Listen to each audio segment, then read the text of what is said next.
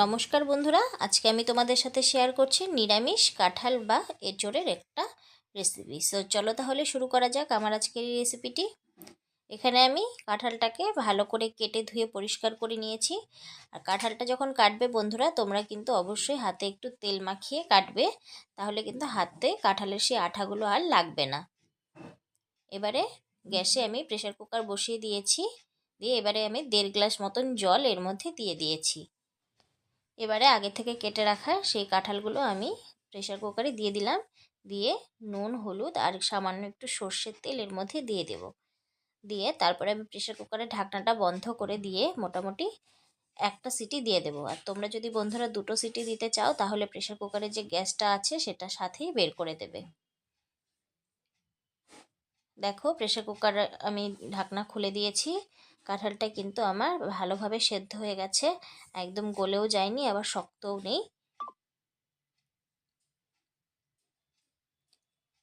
এবারে আমি সেই সেদ্ধ কাঁঠালটা নামিয়ে রেখে আবারও কিন্তু এবারে ছোট ছোট যে আলুগুলো নিয়েছি আমি, সেই আলুটাকে প্রেসার কুকারে 2টো সিটি দিয়ে সেদ্ধ করে নেব। অন্যদিকে গ্যাসে আমি কড়াই বসিয়ে দিয়েছি, দিয়ে এবারে দিয়ে দিলাম সর্ষের তেল। তেলটাকে খুব ভালো করে গরম করে নেব। তারপরে সারা কড়াই কিন্তু আমি এটাকে ছড়িয়ে দিচ্ছি। এবারে যে কাঁঠালটাকে সেদ্ধ করে রেখেছিলাম, সেই কাঁঠালটাকে কিন্তু আমি ভালো করে ভেজে নেব।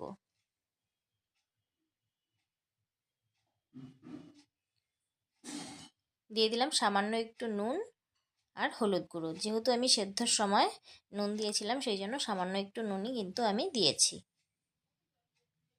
নুন হলুদটাকে কাঁঠালের সাথে ভালো করে মিশিয়ে নিচ্ছি।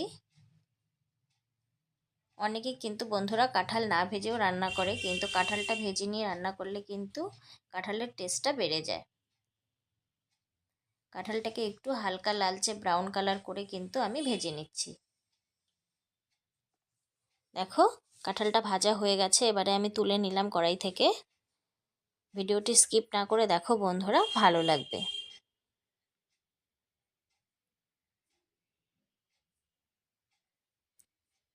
এবারে আমি আর সামান্য একটু তেল দিয়ে দিলাম। দিয়ে এবারে যে আলুটাকে আমি সেদ্ধ করে নিয়েছিলাম, সেই আলুটাকে কিন্তু আমি লালচে ব্রাউন কালার করে নুন হলুদ দিয়ে ভেজে নেব। তোমরা চাইলে কিন্তু এখানে বড় আলু ডুমো ডুমো করে কেটে ভেজে নিতে পারো।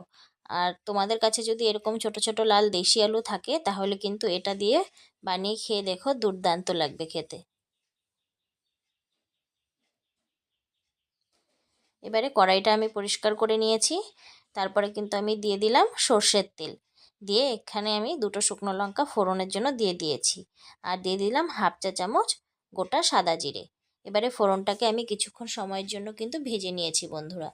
এবারে আমি দিয়ে দিলাম সেই বাটা মশলা। দিয়ে দিলাম এখানে 1.5 চামচ জিরে বাটা আর 1 চামচ লঙ্কা বাটা।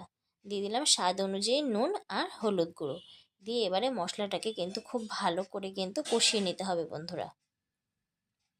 দেখো, আমি কিন্তু কন্টিনিউয়াসলি নেড়ে নেড়ে মশলাটাকে খুব সুন্দরভাবে একদম ভাজা ভাজা করে নিচ্ছি।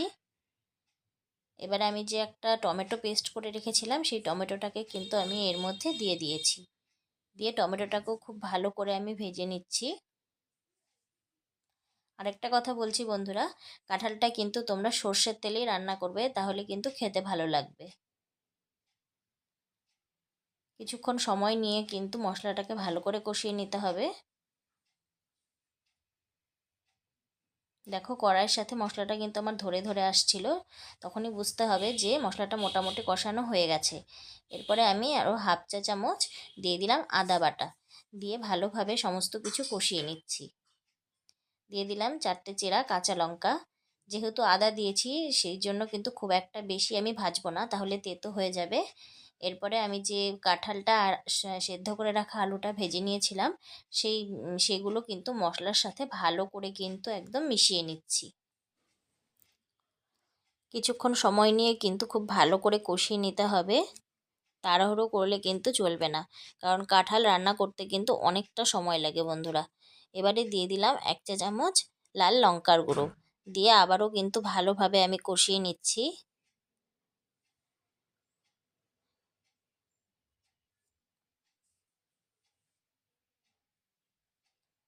আমার এই রান্নাটা করতে মোটামুটি 1 ঘন্টার মতন সময় লেগেছে বন্ধুরা। তোমরাও কিন্তু তাড়াহুড়ো করে কাঁঠালটা রান্না করো না, কিছুক্ষণ সময় নিয়ে রান্না করো। এবারে আমি দিয়ে দিলাম হাফ গ্লাস মতন জল। জলটা দিয়ে ভালোভাবে কিন্তু এবারে আমি আরও কিছুটা সময় নিয়ে একটু কষিয়ে নিচ্ছি।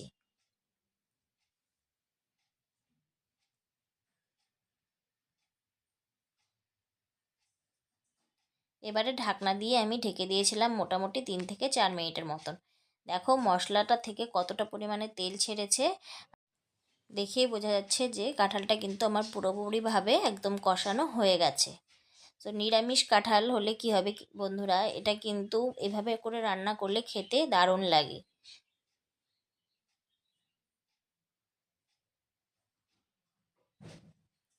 এবারে আমি অন্য একটা পাত্রে গরম জল বসিয়ে দিয়েছিলাম, সেই জলটাকে আমি এর মধ্যে অ্যাড করে দিয়েছি। তো তোমরাও কিন্তু এখানে গরম জলই ব্যবহার করবে, তাহলে কিন্তু খেতে ভালো লাগবে। এবারে কিছুক্ষণ সময় নিয়ে ফুটিয়ে নিলেই তৈরি হয়ে যাবে নিরামিষ আমার এই কাঁঠালের সবজির রেসিপিটি। সো ভিডিওটি যদি ভালো লেগে থাকে বন্ধুরা, তাহলে কিন্তু তোমরা অবশ্যই একটা লাইক করে পাশে থেকো। আর আমার চ্যানেলে যারা নতুন তাদেরকে অসংখ্য অসংখ্য ধন্যবাদ আমার এই ভিডিওটি শেষ পর্যন্ত দেখার জন্য।